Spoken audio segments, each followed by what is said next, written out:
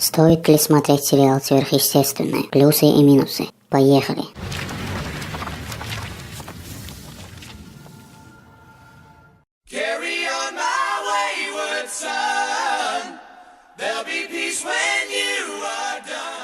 Начнем мы, пожалуй, с плюсов. Думаю, каждый со мной согласится, что актеры просто великолепно справляются со своей работой. Да чего уж там таить. Только лишь потому, что там играют Дженсен Эклс, Джаред Падалеки, Миша Коллинз. Стоит посмотреть этот сериал. Многие считают, что сериалу было бы лучше, если бы закончился он на 5-м сезоне. Но также есть ярые фанаты, которые думают, что он до сих пор очень хорошо держится. Не буду скрывать, я один из них. Chevrolet Impala – машина Дина Винчестера. Эта машина с первого момента понравилась зрителям. Дин очень любит эту машину, даже называет ее деткой. Лично я дал бы этому сериалу 7,5 баллов из 10.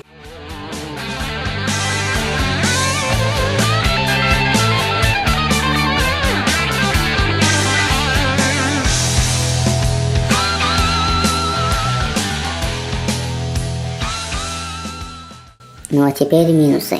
По моему мнению, и не только, сериал продлили очень надолго.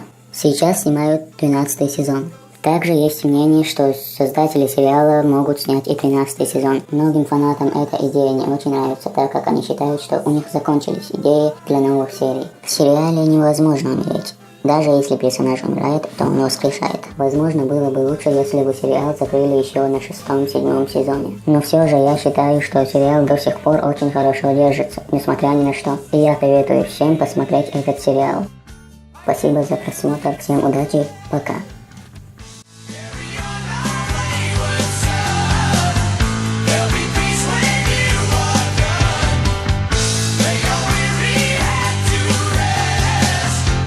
You cried.